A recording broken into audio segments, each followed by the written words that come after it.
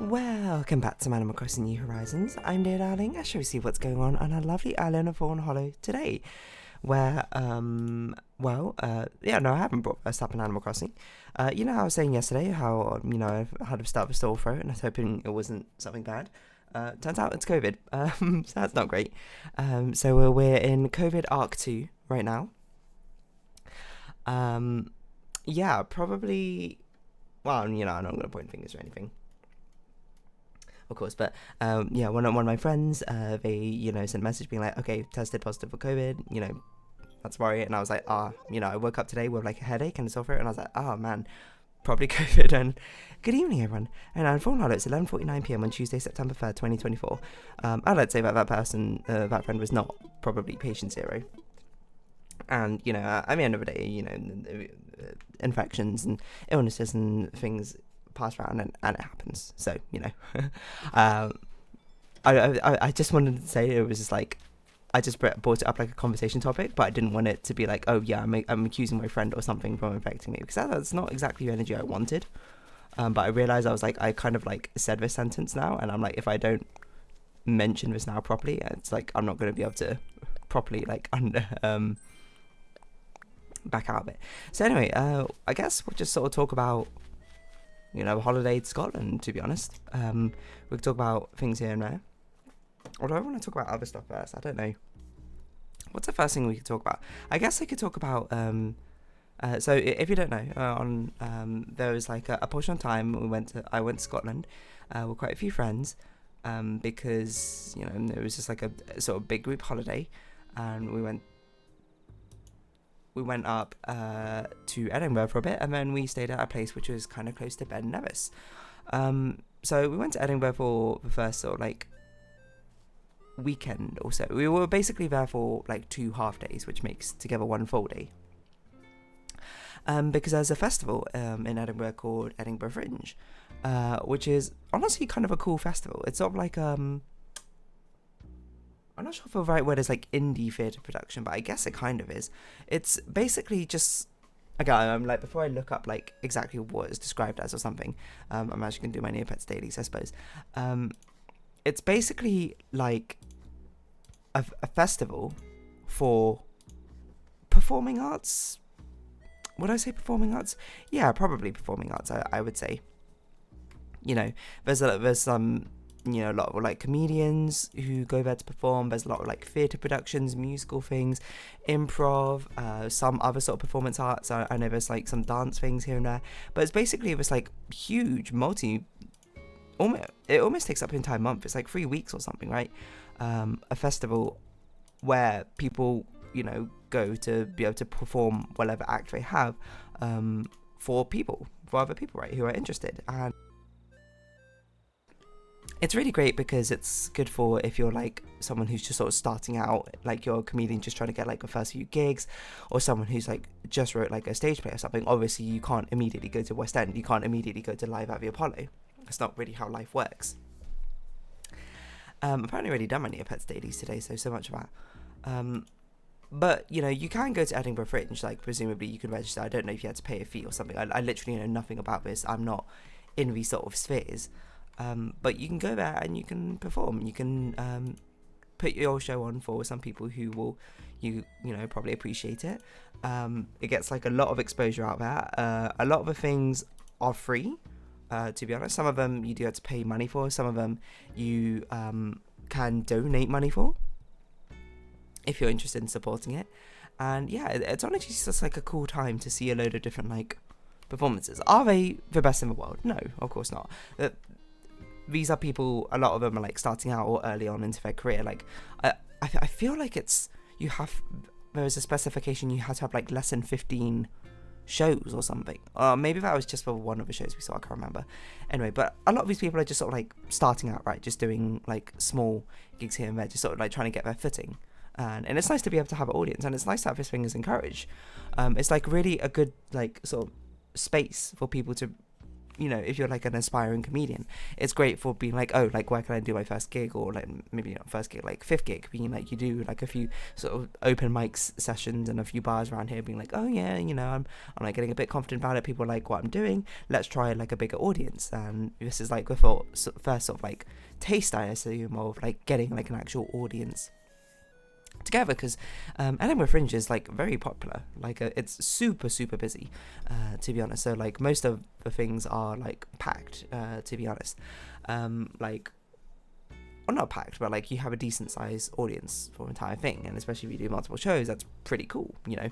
It's, and I can imagine like if I was like aspiring performer or something, being like, oh yeah, being able to have like an entire week of not sold out shows, like standing room only, but like pretty busy shows or something, where there's like a sizable audience watching, rather than, you know, doing whatever, because it's very much encouraged to go look out for different shows here and there and see what's going on, get your name out there. It really is a lot of exposure.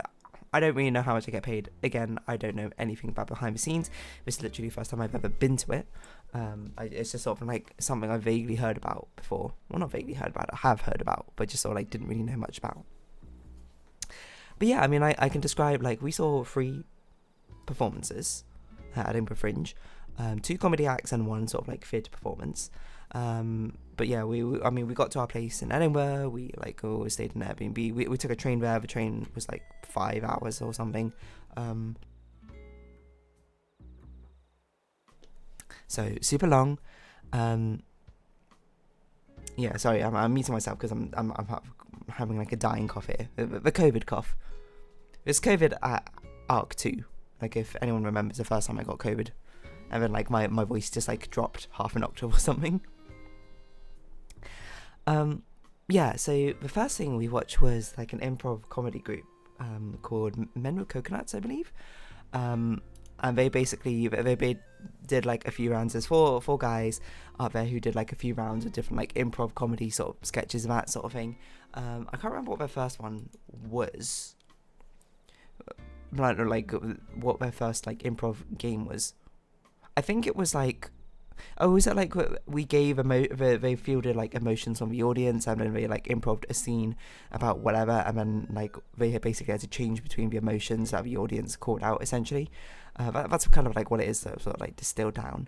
Then they did one of one person was basically having to guess what made up movie they were in and what made up character or not made up character they were playing,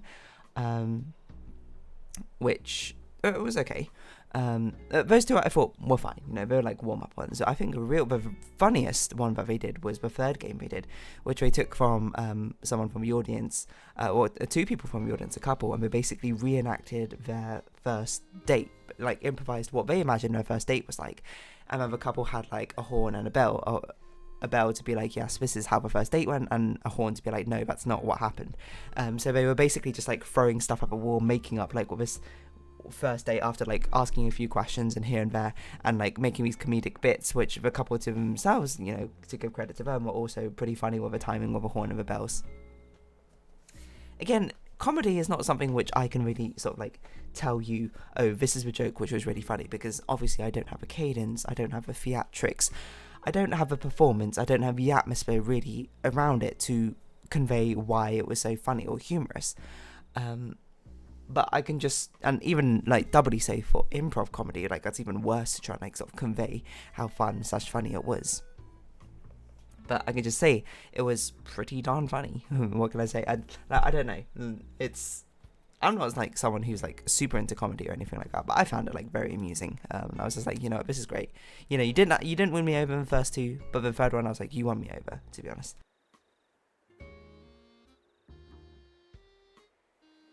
Excuse me. And then they rounded, I think, everything off with one final game, where they basically, what did they do? They improvised a musical, and the musical was called something which was suggested from the audience. I can't remember what it was. The audience suggestion was like My Favorite Cult or something like that, and the musical was something about Australians, I think, wanting to rescue whales or something, and they improv songs and things like that. Now this is something I've actually like seen improv before, because Off Book, which is like another improv group online, not one I've seen in person, featuring Zach Reno and Jess McKenna, who are really great, by the way. Like, go search up Off Book Musical. They have one of them uploaded online, and if you have Dropout subscription, you can see Play It By Ear, really fantastic as well. I'd recommend watching season 2, to be honest. Season 1's fine, but season 2's when I'm like, mwah, chef's kiss.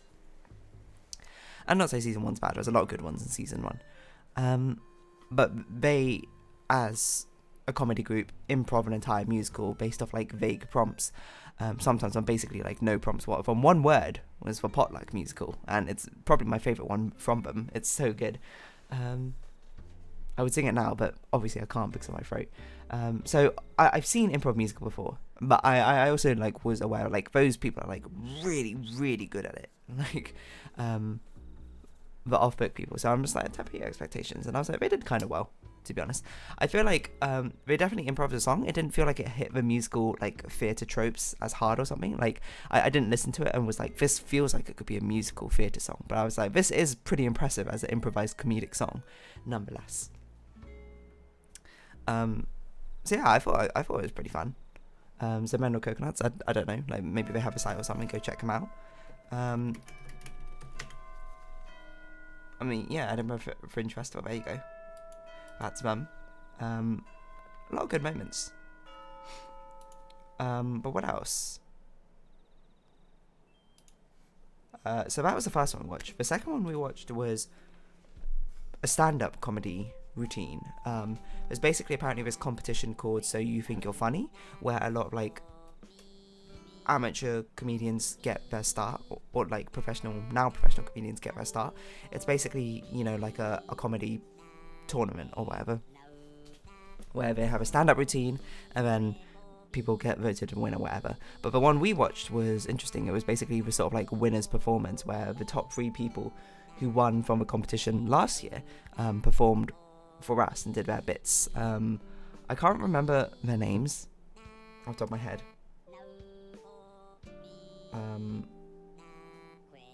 I don't know, maybe if I Google it I can find it. So You Think You're Funny winners. But apparently there were like some really big ones before, like, I don't know, like Ashling B, I think was one of them, who came from there. Someone else as well, where I was like, whoa.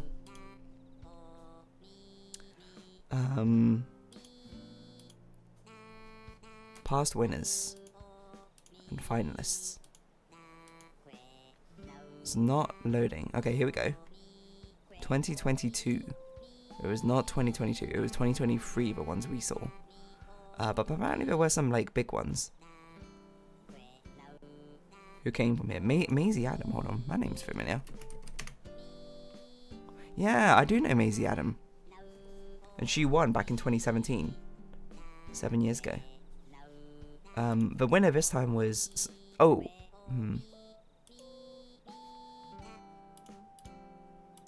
You Think You're Funny... Oh, Wikipedia's probably got the answers. Samira Banks, that was it. She was the one who won. Krista Donovan was second. I thought he was pretty good. And Lizzie Norm was third. Beating up 400 other contestants or something. And yeah, honestly, they each had like their different styles. I would describe that they all, like, in a commonality sort of sense, felt like we had a very sort of like understated style. Like as much more sort of like a calm energy, you know, not like a, I don't know, not like a what's his name? I mean, Ed Campbell, I suppose, is one. Like a comedian who goes like very large into sort of like outrage. Not like literal outrage, like not like stoking outrage, just like, what are you doing sort of thing. They all felt like very much like understated, just sort of like, oh, drop the joke here, which is definitely much more my speed, I think. I can't remember their material very well, to be perfectly honest. Who's my favourite of 3 of them? I think it was probably Christopher, because I remember there was one joke I was like, I genuinely thought it was really clever and funny. After the set, it was like a joke he set up, and then he like did the payoff like half a time later into the set, and I was like, that's pretty good. I can't remember what the joke was, to be perfectly honest. I thought Samira was also pretty good. Like, I thought she was quite quick-witted. Like her set jokes, the stand-up bit, I was like, nah, it's okay. But then she was doing this one bit with like this guy who just like randomly entered and just like didn't sit down or something. Like, what was it, the crowd play or whatever? Like, I felt like her awkward humor like worked really well with it, and I was like, no, your set list jokes, I was like, yeah, they're kind of funny. But I was like, your improvised jokes about this one guy who's just weirdly standing in a corner, now that's really funny for some reason, for me personally. But yeah, and honestly, I enjoyed it. Like, who else like big names who came from here? Bruce Morton. I'm scrolling until I just like recognize someone. Oh, Lee Mack came in here in 1995. He was a winner. Peter Kay in 1997. That's when I was born. Because it is a couple of days after my birthday. No, 1 day after my birthday. Or 2 days now. Alan Carr came third. And this one, 2001. Greg Davies. Rod Gilbert. Over here in 2002. Mark Watson. A lot of these people do have Wikipedia pages. I'm sorry. Oh, Jimmy Carter was here in 1999. But I know a lot of like big comedians actually came from it. Like even bigger than I thought. Yeah, which is not surprising because UK were Joe Wilkinson, Sarah Millican. Unsurprising. Because there's a lot of like UK comedy scene. I feel like it's very big. A lot of UK comedians. So you know, unpopular like comedies things. Like there's a London club which we go to sometimes called like Secret Comedy, I think it's called, which I've been to a couple of times, and like some big comedians have also like performed there as well.